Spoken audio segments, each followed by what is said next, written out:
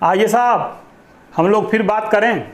आज हम लोग बात करने वाले हैं, पिछले वीडियो में हम लोगों ने ऑक्टेट नियम की सीमाएं देखी थी और ऑक्टेट नियम के सीमाओं के साथ साथ हम लोगों ने फॉर्मल चार्ज देखा था। आज हम लोग देखने वाले हैं रेजोनेंस। हम लोग रेजोनेंस की चर्चा करेंगे। रेजोनेंस क्या है? तो रेजोनेंस है कि जब आपने बहुत सारे रेजोनेंस के बारे में बातें सुनी होगी, लोग कोचिंग सेंटर का नाम अपना रेजोनेंस रख देते हैं। तो ये रेजोनेंस है क्या? तो जब किसी यौगिक की एक संरचना के आधार पर उसके समस्त गुणों की व्याख्या नहीं संभव होती है, तो उसके लिए उसके भिन्न भिन्न अलग अलग प्रकार के संरचनाओं पर विचार किया जाता है और उसके लिए बहुत तरह तरह की संरचनाएं बनाई जाती हैं। इन तमाम संरचनाओं को रेजोनेंस स्ट्रक्चर कहते हैं और यही गुण जो है वो रेजोनेंस कहलाता है। जैसे आप किसी व्यक्ति की चर्चा कीजिए कि किसी एक व्यक्ति की चर्चा उसके समस्त गुणों की व्याख्या उसके किसी एक रोल के आधार पर तो संभव नहीं है ना। इसलिए कि हाँ, ये ठीक है कि वो यदि शिक्षक है तो अपना अधिकतम समय उसको समाज शिक्षक के रूप में जानता है, लेकिन उसके बाद भी वो किसी का पिता है, वो किसी का बेटा है, वो किसी का पति है, वो किसी का अन्य रिश्तेदार है। तो उसके समस्त गुणों की जब व्याख्या करनी पड़ेगी, उसका संपूर्ण व्याख्या करना पड़ेगा, तो उसके विभिन्न संरचनाओं पर विचार करना पड़ेगा। ऐसे यहाँ भी होता है कि जब किसी यौगिक के समस्त गुणों की व्याख्या किसी एक संरचना के आधार पर संभव नहीं होती, तो उसकी एक से अधिक संरचनाएं बनाई जाती हैं, सुझाव दिए जाते हैं और उन्हीं संरचनाओं को हम लोग अनुनाद संरचना कहते हैं। और उन समस्त संरचनाओं का प्रतिनिधित्व करते हुए कोई एक संरचना बनाई जाती है, जिस संरचना को हम लोग अनुनाद संकर के नाम से जानते हैं, रेजोनेंस हाइब्रिड के नाम से जानते हैं। तो रेजोनेंस स्ट्रक्चर, रेजोनेंस हाइब्रिड और ये घटना अनुनाद कहलाती है। आइए हम लोग देखें अनुनाद में क्या होता है। जैसे ये बेंजीन है, इसको तो हम लोग जानते हैं। बेंजीन के पास ऐसे बंधन हैं, इसको हम लोग ऐसे ही बना सकते हैं।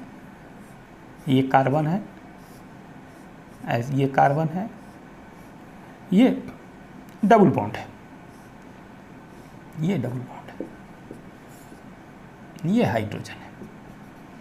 1 2 3 4 5 6 इस संरचना को, ये केकुले का स्ट्रक्चर है। ये स्ट्रक्चर केकुले स्ट्रक्चर है।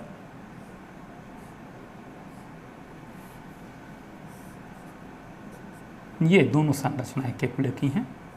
हम लोग ऐसे बना सकते हैं। डबल बॉन्ड की स्थिति केवल बदल जाएगी।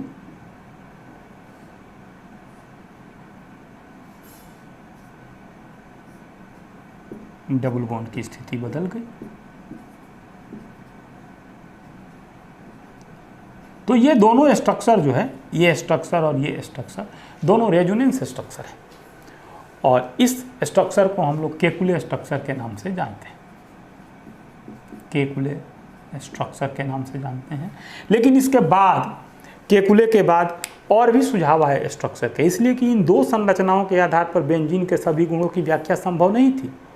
इसलिए कि एकल बंधन की लंबाई 1.54 एंगस्ट्रम होती है और डबल बॉन्ड की लंबाई 1.34 एंगस्ट्रम होती है और बेंजीन के जो सब बंधन थे वो कोई ना इतना बड़ा था ना इतना बड़ा था, वो 1.39 एंगस्ट्रम के सारे बॉन्ड थे। इस बॉन्ड की व्याख्या तो नहीं हो पा रही थी इस संरचना से। और भी बहुत सारी बातें थी। इसमें 3 डबल बॉन्ड थे और एक डबल बॉन्ड जिसमें होता है वो अनस्टेबल होता है और जिसमें 3 डबल बॉन्ड हों वो तो अनस्टेबल होगा ही, लेकिन यह स्टेबल था और ये एल्केन की तरह था। ये तमाम सारी बातें ऐसी थी इनकी, इसके कारण इनके सारे रिएक्शन बदल गए थे। सब्स्टिट्यूशन रिएक्शन देने लगा था एडिशन रिएक्शन की जगह। तो कुल मिलाकर के इनकी व्याख्या संभव नहीं थी और जब नहीं थी तो इसके लिए सुझाव आए और संरचनाओं के, और उसमें सर्वाधिक महत्वपूर्ण स्ट्रक्चर जो है वो स्ट्रक्चर डी बार की है। हम लोग डीबार के स्ट्रक्चर की बात करेंगे। और डीबार ने 3 संरचनाएं दी। उन्होंने जो संरचनाएं दी वो इस प्रकार थीं। उन्होंने कहा कि बेंजीन कभी उस स्थिति में पाया ही नहीं जाता है जैसा कि बताया है केकुले ने। बेंजीन इस तरह की संरचनाओं में पाया जाता है। इसके कभी 3 बॉन्ड जो हैं वो क्लियर नहीं होते हैं। एक बॉन्ड हमेशा ट्रांजिशन पोजीशन में रहता है।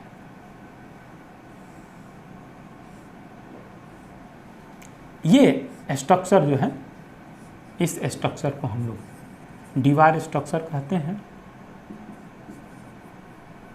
और इन्हीं दोनों संरचनाओं का, 3 संरचना ये और 2 संरचना केकुले की, इन 5 संरचनाओं का बेंजीन के अनुनाद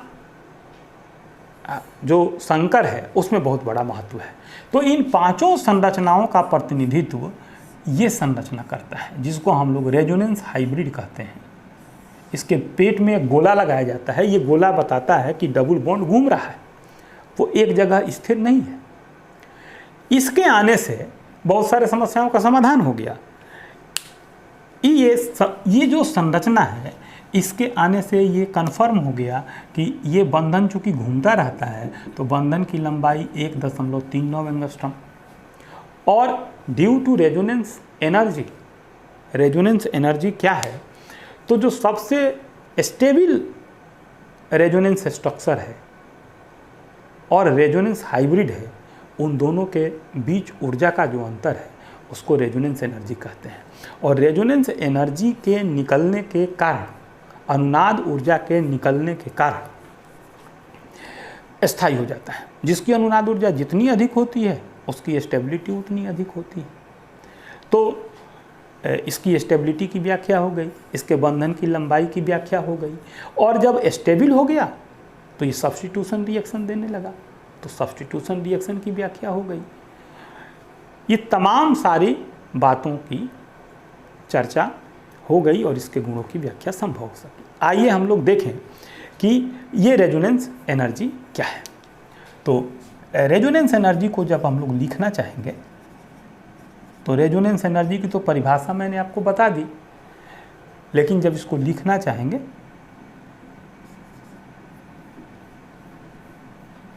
तो experimental value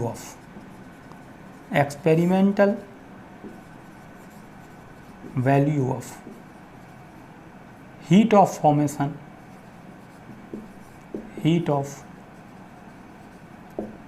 formation minus calculated value of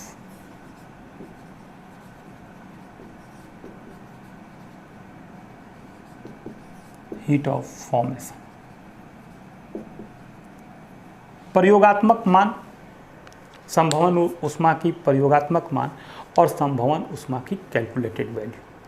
तो कैलकुलेटेड वैल्यू कम होगा और जो एक्सपेरिमेंटल वैल्यू है वो अधिक होगा। और इन परिस्थितियों में जो ऊष्मा बैलेंस होगी उसको हम लोग रेजोनेंस स्ट्रक्चर कहेंगे और रेजोनेंस एनर्जी कहेंगे। और ये रेजोनेंस एनर्जी जिसकी अधिक होगी, वो मोर एंड मोर स्टेबल होगा। अब अगर बात करें कि रेजोनेंस के क्या क्या कैरेक्टर हैं या कैरेक्टरिस्टिक्स ऑफ रेजोनेंस, अनुनाद के गुण क्या हैं, तो characteristics of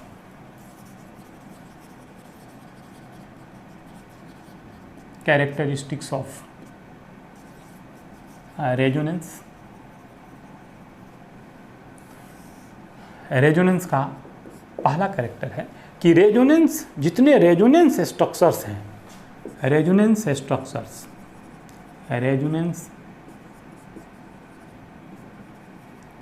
structures are hypothetical.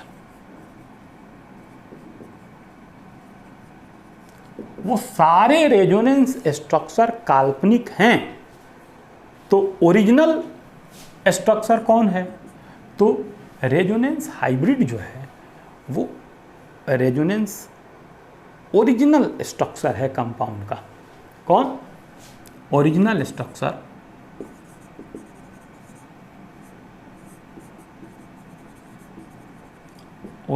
Structure जो है वो अनुनाद संकर है। अनुनाद संकर ये रेजोनेंस हाइब्रिड जो है, ये जो रेजोनेंस हाइब्रिड है ये ओरिजिनल संरचना है जो उसको बताता है। ये सारे संरचनाओं का प्रतिनिधित्व करता है। उसके बाद नंबर 3 कि मोर स्टेबल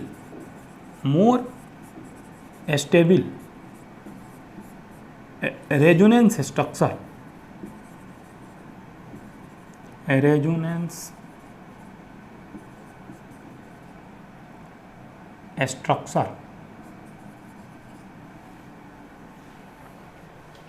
जो मोर स्टेबल रेजोनेंस स्ट्रक्चर होता है, यही जो रेजोनेंस हाइब्रिड होता है अनुनाद संकर के निर्माण में इसका सर्वाधिक योगदान होता है। ठीक है, तो मोर स्टेबल रेजोनेंस स्ट्रक्चर का योगदान अनुनाद संकर में सर्वाधिक होता है। इस बात को हम लोग जानेंगे। चौथी बात कि इसमें नंबर ऑफ अनपेयर्ड इलेक्ट्रॉन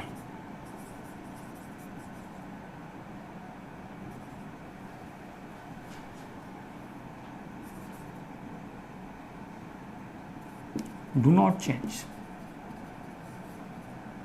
इसमें जो अनपेयर्ड इलेक्ट्रॉन है, electrons does not change,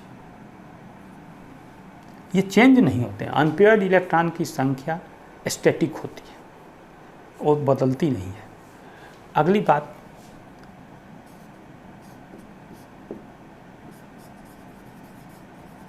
nucleus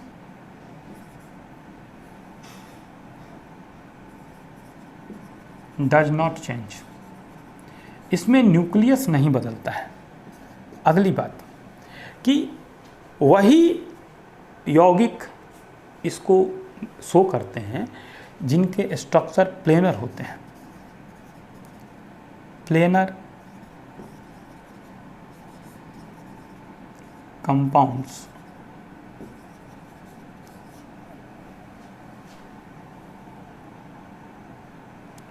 only show a resonance। Resonance कौन शो करेगा? तो हम लोगों ने देखा कि रेजोनेंस स्ट्रक्चर हाइपोथेटिकल है, ओरिजिनल स्ट्रक्चर अनुनाद संकर है, मोर स्टेबल रेजोनेंस स्ट्रक्चर का participation of more stable participation of, यहाँ लिख सकते हैं participation of more stable resonance structure जो है वो अधिक होता है। और number of unpaired electron does not change, unpaired electron की संख्या रेजोनेंस स्ट्रक्चर में नहीं बदलती है। Nucleus does not change, nucleus नहीं बदलता है।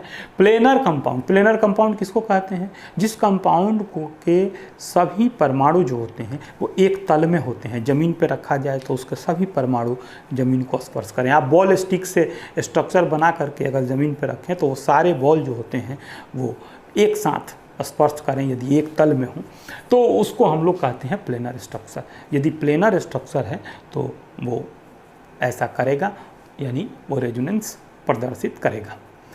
तो हम लोगों ने देखा कि रेजोनेंस स्ट्रक्चर के क्या कैरेक्टर हैं और क्या विशेषताएं हैं रेजोनेंस की। तो उसमें विशेषता और है कि नंबर 7, उसके पास रेजोनेंस एनर्जी होती है। और ये रेजोनेंस एनर्जी क्या है? रेजोनेंस एनर्जी क्या है? तो difference of energy between more stable resonance structure and resonance hybrid। Resonance hybrid और मोर स्टेबल रेजोनेंस स्ट्रक्चर के बीच जो ऊर्जा का अंतर है उसी को हम लोग रेजोनेंस एनर्जी कहते हैं। तो ये बात है, और फिर इसके आधार पर हम लोग बहुत सारे बातों को समझ सकते हैं। एक तो हम लोग बेंजीन, फिनॉल है, फिनॉल इसका एसिडिक नेचर की व्याख्या करनी हो तो इसके एसिडिक नेचर की व्याख्या इस आधार पर की जा सकती है। यदि हम लोग बात करें एसिटिलीन के अम्लीय गुण की तो इसके आधार पर हम लोग इसकी व्याख्या कर सकते हैं। हम लोग बेंजीन के आर्थो मेटा पैरा कंपाउंड की चर्चा करें, एसिटिलीन की एसिडिक नेचर ऑफ एसिटिलीन की चर्चा करें तो हो सकता है। और ortho para Meta compound of ortho para and Meta compounds of benzene की चर्चा करें तो इसके आधार पर हम लोग इसकी व्याख्या कर सकते हैं। और बहुत सारी चीज़ें हैं जिसको रेजोनेंस हम लोग पढ़ लें तो रेजोनेंस को पढ़ने के बाद उसकी चर्चा की जा सकती है। अब हम लोग ये जानें कि रेजोनेंस और स्टेबिलिटी में क्या रिलेशन है। तो आइए देखें कि रेजोनेंस और स्टेबिलिटी में क्या रिलेशन है। ये बात भी हम लोग समझ सकते हैं। Resonance and stability. Number 1, resonance और स्टेबिलिटी में जो पहली बात जानने लायक है वो ये है कि जिसकी जैसे जैसे रेजोनेंस एनर्जी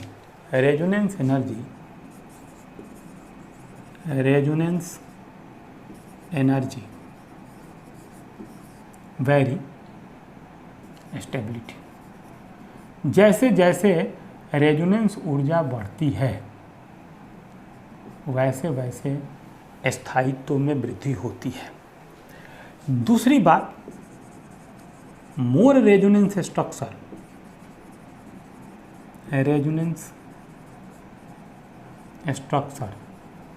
मोर स्टेबिलिटी। अगर रेजोनेंस स्ट्रक्चर की संख्या अधिक हो तो रेजोनेंस स्ट्रक्चर की संख्या अधिक होने पर स्थायित्व अधिक होता है। अगर रेजोनेंस स्ट्रक्चर में, तीसरी बात, number of covalent bond increases stability.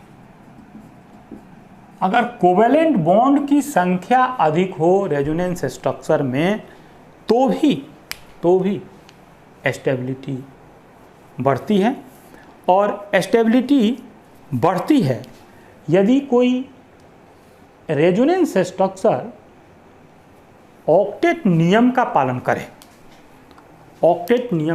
करे। नंबर 4, यदि रेजोनेंस स्ट्रक्चर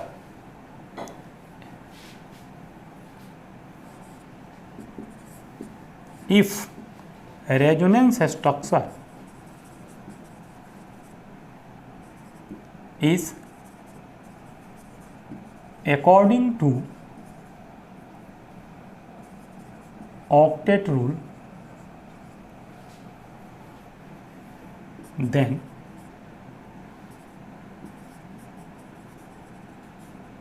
stability increases.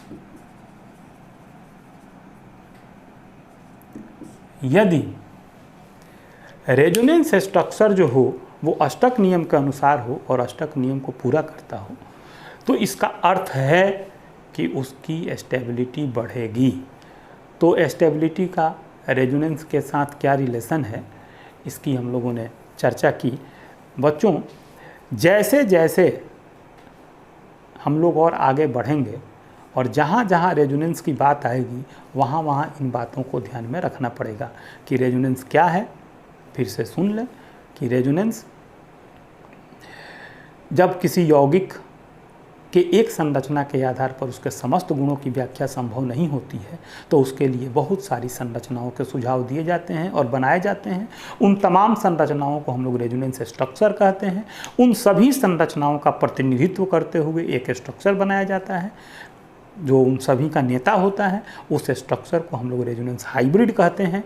और उनमें से जो तमाम सारी संरचनाएं हैं उनमें से जो मोर स्टेबल स्ट्रक्चर होता है और जो रेजोनेंस हाइब्रिड होता है उनके बीच में जो ऊर्जा का अंतर होता है उसको हम लोग रेजोनेंस एनर्जी कहते हैं। और रेजोनेंस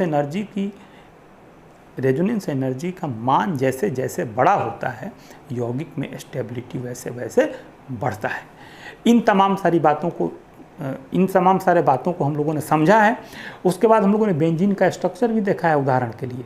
फिर हम लोगों ने दूसरी बात जानी क्या कि रेजोनेंस के क्या कैरेक्टर है। तो कैरेक्टर को जाना, प्लेनर कंपाउंड प्रदर्शित करते हैं, जो अनपेयर्ड इलेक्ट्रॉन हैं उनकी संख्या नहीं बदलती है, ठीक है। उसके बाद हम लोगों ने जाना कि जितने संरचना उनके सुझाए गए हैं जिसको रेजोनेंस स्ट्रक्चर कहते हैं वो सभी काल्पनिक हैं। और वास्तविक संरचना जो होता है वो रेजोनेंस हाइब्रिड होता है और उसमें रेजोनेंस एनर्जी होती है। वो एनर्जी जैसे बढ़ती है वो वैसे वैसे स्टेबिलिटी बढ़ता है। और हम लोगों ने जाना कि एक जो सर्वाधिक स्टेबल रेजोनेंस स्ट्रक्चर होता है वो रेजोनेंस हाइब्रिड के बहुत नज़दीक होता है और उन दोनों के ऊर्जा का अंतर ही रेजोनेंस एनर्जी कहलाता है। इसके आधार पर हम लोग बेंजीन के तो बहुत सारे यौगिकों की व्याख्या कर सकते हैं और बहुत सारे यौगिकों के गुणों की चर्चा व्याख्या कर सकते हैं। हम लोग एल्काइन जो है उसके एसिडिक कैरेक्टर की चर्चा कर सकते हैं और फिनॉल के एसिडिक कैरेक्टर की चर्चा उसके आधार पर होती ही है। ये तमाम सारी चर्चाएं इसके आधार पर संभव है और जब अवसर आएगा तो करेंगे भी। लेकिन आज के इस वीडियो में बस इतना ही। अगले वीडियो का इंतज़ार करें और देखते रहें। इस चैनल को लाइक करना ना भूलें।